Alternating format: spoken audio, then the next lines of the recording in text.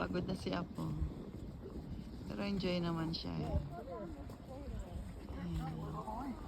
Maski pagod si Lola, samahan si Apo para mag-enjoy. Binata na si Kalitong.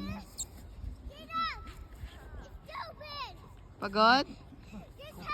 Hindi pa? More? Harap ka sa akin. Kalal, lapit ka rito. May poging Apo.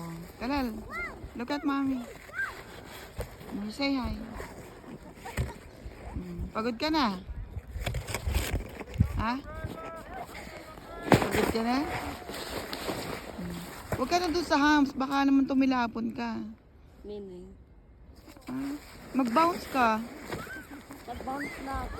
Yeah, I know. Baka magkamali ka eh. Oh, you go na, you go.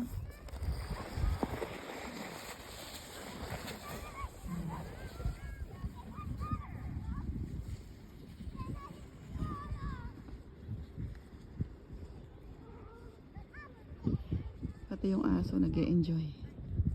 Ang ganda ng weather ngayon. After 2 days snowing non-stop. Oh, panik na.